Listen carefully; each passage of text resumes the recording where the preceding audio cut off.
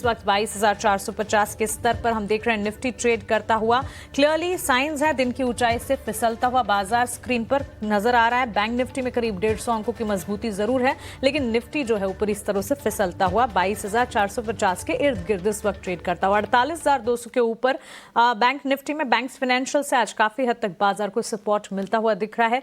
SBI, larger banks देखें या फिर छोटी मझौली बैंक्स देखें, वहां पर हम देख रहे हैं मजबूती के साइंस हैं और सपोर्ट सिस्टम वहां से क्लियरली डेवलप होता हुआ दिख रहा है। सरकारी बैंक्स में अच्छी खासी मजबूती है, फाइनेंशियल्स में अच्छी खासी मजबूती और इनसे जुड़े इन क्षेत्र से जुड़े सारे के सारे स्टॉक्स पर लगातार हमारा फोकस भी है। एक्सपर्ट से भी हम लगातार इन स्टॉक्स पर बातचीत करते हैं।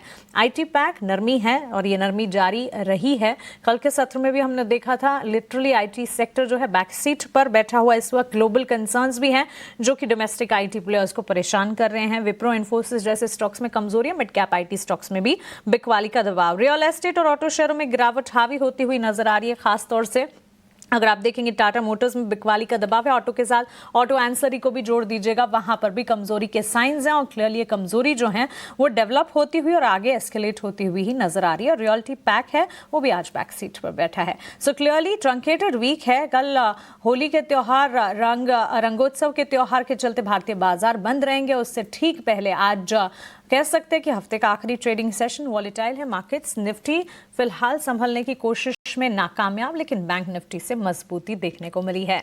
बड़ी बातें तो जान ली, लेकिन एक बार मिड डे मार्केट में कहां कहां एक्शन है, कौन से स्टॉक्स हैं जो कि लगार्ड्स हैं, कंट्रीब्यूशन कौन दिखा रहे हैं और ड्रैगर्स कौन है, जान लेते हैं हमारे सहयोगी अंश भिलवार से। अंश, गुड आफ्टरनून, बताइए।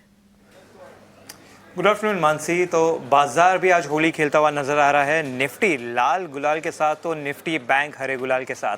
शुरुआत निफ्टी से करेंगे। निफ्टी देखे तो हल्की गिरावट के साथ ट्रेड होता हुआ नजर आ रहा है, लेकिन पिछले 5-6 सेशन से देखे तो 22,600 का ये वो मार्क है जहाँ से हमें काफ़ी स्ट्रॉन्ग रेजिस्टेंस मिल रहा है। तो जब तक इसके नीचे है तब तक हमें यहाँ पे नेगेटिव बायस बनता हुआ नजर आता है। अगर सेक्टर वाइज बात करें तो सेक्टर वाइज में आज पीएसयू बैंक चमकते हुए नजर आ रहे हैं।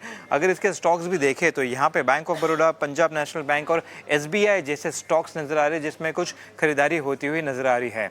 अगर वर्स्ट परफॉर्मिंग सेक्टर की बात करें तो इस लिस्ट में हमारे पास निफ्टी रियल्टी इंडेक्स है। अगर निफ्टी रियल्टी इंडेक्स ले आते हैं स्क्रीन पे, अगर इसे देखें रियल्टी में, तो यहाँ पे हम देख रहे हैं कि फिनिक्स मिल्स, ब्रिगेड और रेमंड जैसे स्टॉक नजर आ रहे हैं जिसमें 1.5 से 3% की बिकवाली होती हुई नजर आ रही है। साथ ही साथ अगर हम यहाँ पे स्टॉक स्पेसिफिक की लिस्ट देखें तो स्ट्रॉन्ग वॉल्यूम की भी लिस्ट देख लेते हैं और यहाँ पे सबसे पहला नाम हमें एवेन्यू सुपरमार्ट का नजर आ रहा है। लगभग 5% की तेजी नजर आ रही है। इस पर दरअसल ब्रोकरेज रिपोर्ट भी है बर्नस्टीन की, जिन्होंने आउट परफॉर्मेंस की रेटिंग दी है। टारगेट प्राइस भी 5,800 का दिया हुआ है। करेंटली 3,800 है, तो और 2,000 की बढ़त वो एक्सपेक्ट कर रहे हैं इस स्टॉक में। इसके अलावा BEL भी एक स्टॉक है जो इसमें अच्छी तेजी नजर आ रही है भारी वॉल्यूम के साथ। तो इंडसइंड बैंक की बात करें तो ये 1% की गिरावट के साथ ट्रेड कर रहा है, वही भारी वॉल्यूम के साथ। पिछले सेशन में इसमें थोड़ी खरीदारी होती हुई नजर आई थी, लेकिन आज वापस थोड़ा हमें लाल निशान में ही जाता हुआ नजर आ रहा है। तो इन तमाम स्टॉक्स पर नजर रखें। कुलांश, ये बात आपने बहुत सही कही कि आज तो बाजार लिटरली होली के लाल और हरे रंग दिखा रहा है और कहीं बिकवाली का दबाव तो कहीं मजबूती के साइंस भी देखने को मिल रहे हैं। शुक्रिया मिड मार्केट एक्शन हमारे साथ शेयर करने के लिए। चलिए, मार्केट एक्शन पर तो हमने चर्चा की, लेकिन इस पर विस्तार से बातचीत करने के लिए बाजार के जाने माने दिग्गज जियोजीत फाइनेंशियल सर्विसेज के senior vice president Gaurang Shah हमारे साथ जुड़ गए हैं। गौरांग सर, गुड आफ्टरनून, बहुत स्वागत है आपका ET नाउ स्वदेश पर। सबसे पहले तो होली की, रंगोत्सव की आपको ढेरों शुभकामनाएं। आपके जीवन में खुशियों के सारे रंग भरे, ऐसी हमारी शुभकामनाएं। बहुत बहुत धन्यवाद मानसी, आपका ET नाउ स्वदेश के दर्शकों के लिए, आपको, आपकी टीम और सभी के लिए हमारी हृदय से प्रार्थना है कि आपका जीवन, सभी का जीवन खुशहाल रहे और होली के बहुत ही उजागर रंगों से आप सभी का जीवन रंगमय रहे, ऐसी परमात्मा से प्रार्थना है और होली की बहुत बहुत शुभकामनाएं आप सभी को हमारी तरफ से। बहुत शुक्रिया गौरांग सर।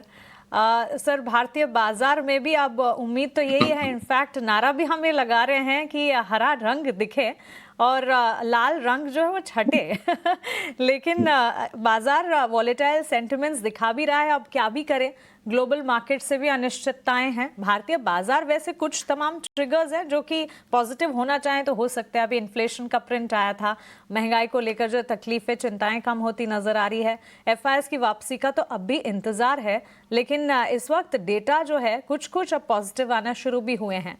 क्या राय होगी मार्केट्स पर आपकी? मानसी, स्थानीय मार्केट में से ऐसे कोई संकेत ही नहीं है कि बाजार में इस प्रकार की प्रतिक्रिया या परिस्थिति उभर करके हमें देखने मिले। ये जो पूरा दारोमदार जो है, इस पूरा बोझ जो इस गिरावट का हमने देखा है, वो अंतर्राष्ट्रीय स्तर से जो संकेत आए उसको लेकर के। और अभी जब से राष्ट्रपति ट्रंप ने टैरिफ की बातें छेड़ी है, उसको लेकर के दबाव है। और ये दबाव शायद 2 अप्रैल तक हमें देखना पड़ेगा, क्योंकि 2 अप्रैल वो तारीख है जहां पर रेसिप्रोकल टैरिफ की लागू हो जाएगा, जिस प्रकार से राष्ट्रपति ट्रंप ने टिप्पणी करी है। उन्होंने कई टिप्पणियां करी भी थी जिसको 1 महीने के लिए पीछे धकेल दिया गया है।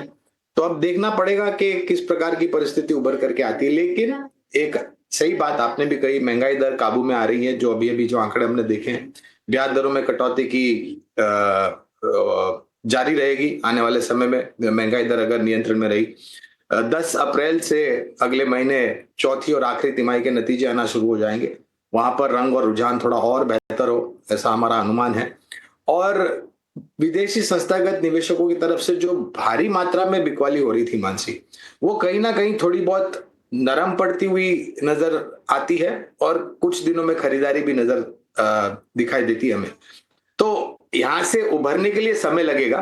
खाली एक ही चीज है, अमेरिका से राष्ट्रपति ट्रंप की टिप्पणियां और अंतर्राष्ट्रीय स्तर पर प्रतिक्रिया विश्व भर के बाजार की, ये अगर थोड़ा बहुत साथ देती है तो हम शायद यहां से बेहतर तरीके से ऊपर उभर सकते हैं। लेकिन अभी नहीं तो मेरे ख्याल से अप्रैल के एक पहले दूसरे हफ्ते में शायद परिस्थिति यहां से और सुधरे, ऐसा अनुमान है।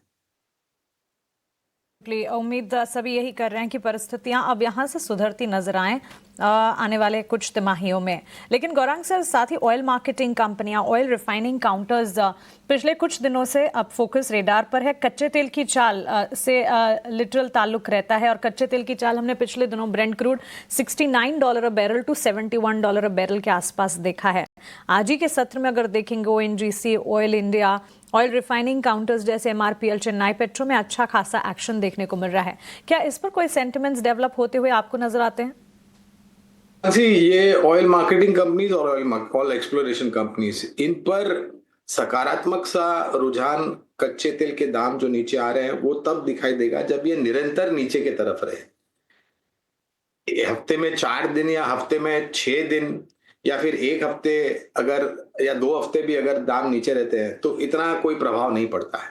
और हमारा आकलन और अनुमानित गणित ये कहता है कि अगर $70 के नीचे ब्रेंट प्रति बैरल और $65 प्रति बैरल के नीचे नाइमेक्स, ये दोनों ही अगर लंबी अवधि के लिए नीचे की तरफ रहते हैं तो न तो सिर्फ oil marketing companies, oil exploration companies, बल्कि बाकी अन्य क्षेत्र जो निर्भर हैं कच्चे तेल के ऊपर, उन पर भी आपको सकारात्मक असर आता हुआ दिखेगा। और कुछ बातें हमने सुनी थी कि ओपेक प्लस देशों के द्वारा उत्पादन बढ़ाया जाएगा और हिदायत दी गई थी अमेरिका के राष्ट्रपति की तरफ से ऑयल ओपेक प्लस देशों को कि वो अपने कच्चे तेल के दाम भी घटाएं।